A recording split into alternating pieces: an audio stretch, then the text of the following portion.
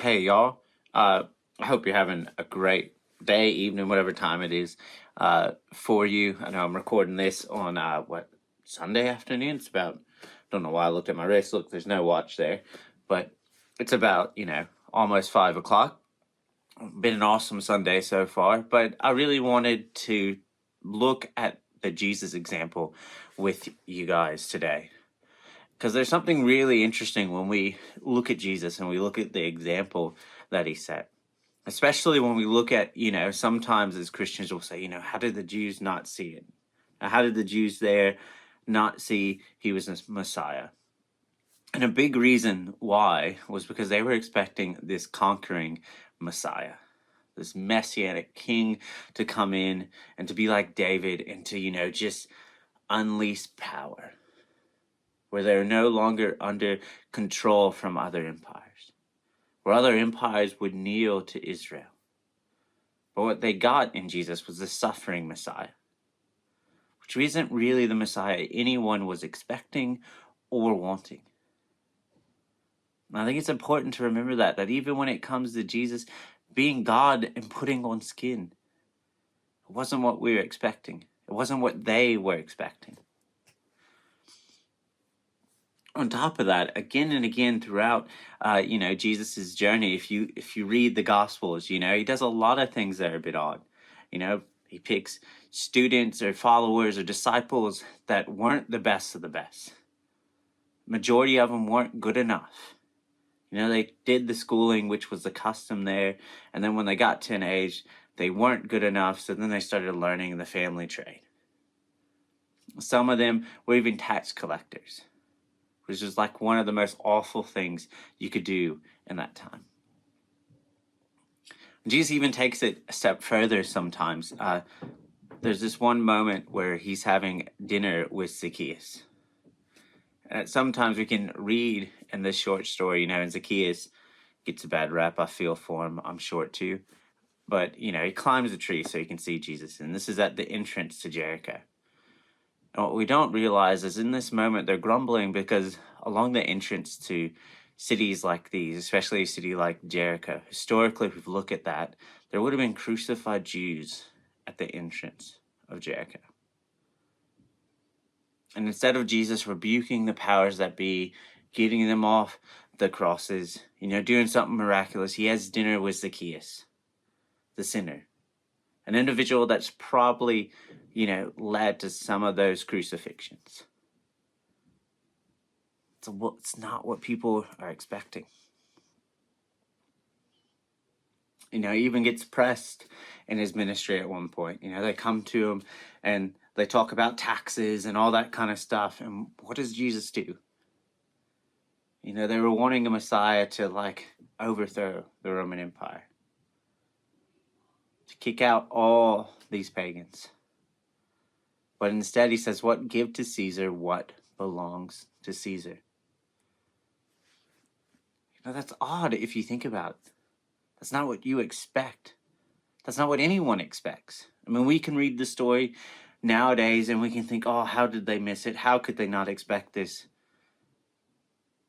But I think that's really arrogant of us to read it that way.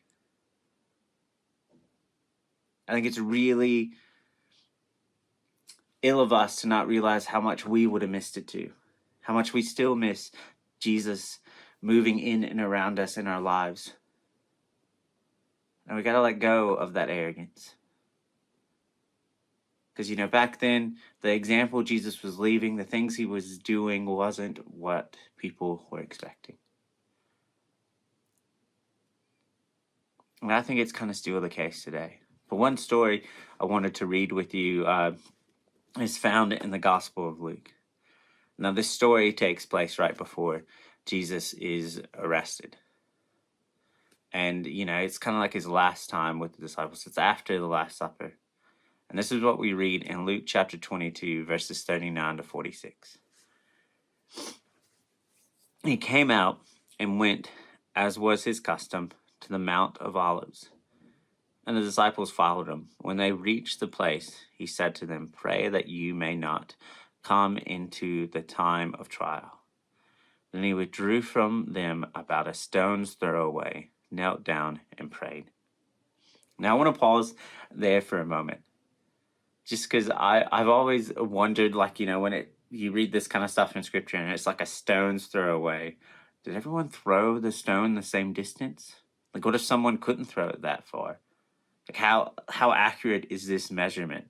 Or is it just common back then, everyone could throw a stone, 3 feet or something? Like, I don't know. It's always interesting to me. But let's keep going and let's see what else we read in this part of the gospel. And this is what we continue reading. Father, if you are willing, remove this cup from me. Yet not my will, but yours be done. Then an angel from heaven appeared to him and gave him strength. In his anguish, he prayed more earnestly, and his sweat became like great drops of blood falling down on the ground. Now, I want to pause again because you would have seen the little brackets. And if you read this in your own Bible, you'll see that section of verses in brackets, when the angel of heaven appeared to him. And the reason we see that is because in other ancient manuscripts of this text, that's not included. It's something that might have got missed, and then someone made sure that it was in there because it was important. I think it's important to sit with that because it's kind of odd.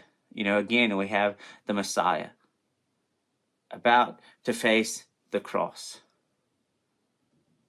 And we don't read of this Messiah who's, glowing with power. Read of a Messiah who's in anguish. So much anguish that he's sweating drops of blood, which sometimes we can read and be like, oh, that's made up. But if you look into the science of it, there's a fancy name for it. I'm not going to try to say it because I'll get it wrong. But there's a fancy name for this happening to people. So this can happen. And it only happens when someone's under an amazing amount of stress, which Jesus clearly is in this moment. Which then, makes me think of the stone's throw away. And I'm kind of like, man, his disciples would have had to be hearing this. Because if he's in that much anguish that he's sweating drops of blood, I don't imagine that he's talking with a whisper.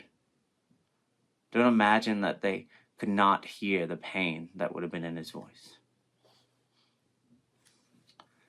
Let's read a little bit more of the section of scripture. When he got up from prayer, he came to the disciples and found them sleeping because of grief. And he said to them, why are you sleeping? Get up and pray, that you may not come into the time of trial.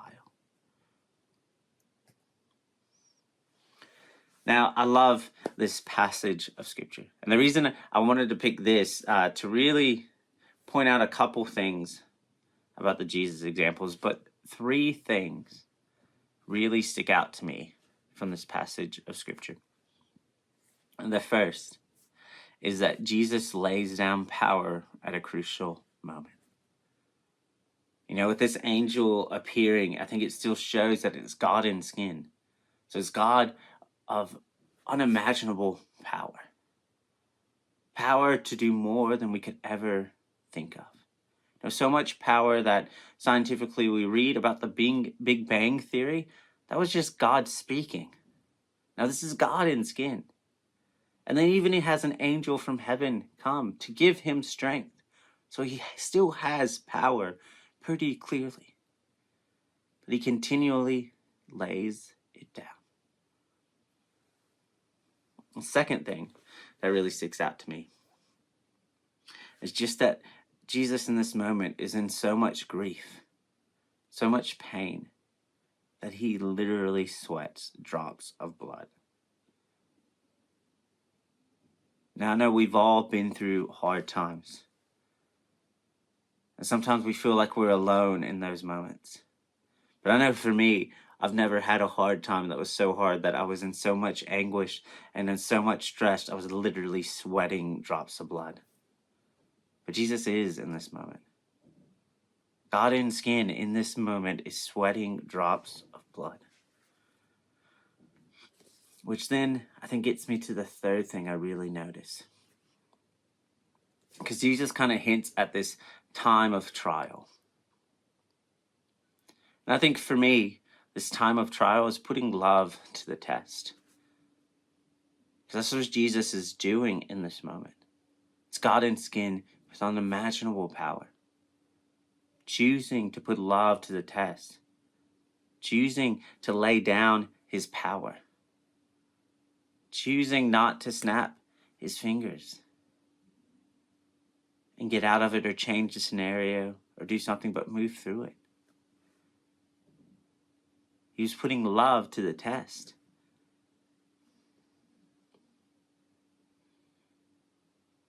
And I think what this really shows me, if you go on and you finish the Gospels, you read of a God with skin on, and we usually skip to the resurrection, but we forget the God that we find hanging from a cross. The God that we find who just chooses love over power. So much so that there's a gospel account of Jesus forgiving criminals who deserve to be there when one of them just says, "Remember me in your kingdom."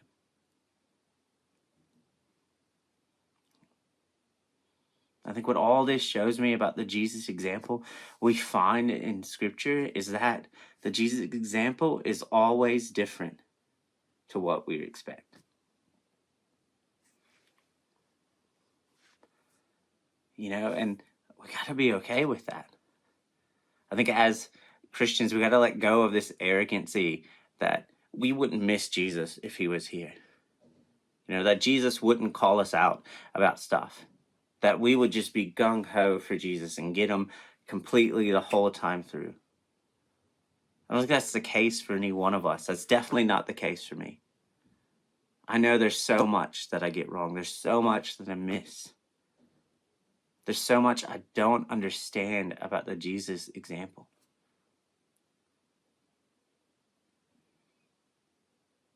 And I'm okay with the Jesus example always being different to what I expect. Because I think if we can be okay with that first thing, it can help us do something amazing. It can help us get lost in the mystery of love. Because when we realize that Jesus' example is always different to what we expect, it will allow us to get lost in the mystery of love.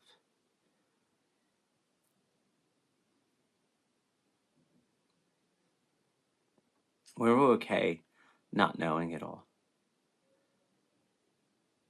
We don't pretend to act like we understand everything.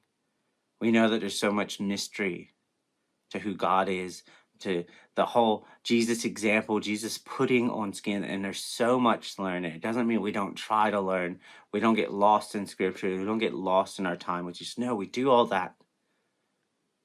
But we have this humility where we're able to get lost in the mystery of love. Stop trying to explain everything, exactly how it works, exactly how it looks. Because within our own hearts, we know a lot of times it's going to be different than what we expect. I think it's happened so many times for us. I don't know about you, if you ever have prayed for God to do something in your life. You're praying for a miracle, you're praying for God to help you with something or to partner with you in something. I've never had it be what I expect. It's always something different to what I expect. Even God's answer at times is different. Sometimes it's what I need, but not necessarily what I wanted.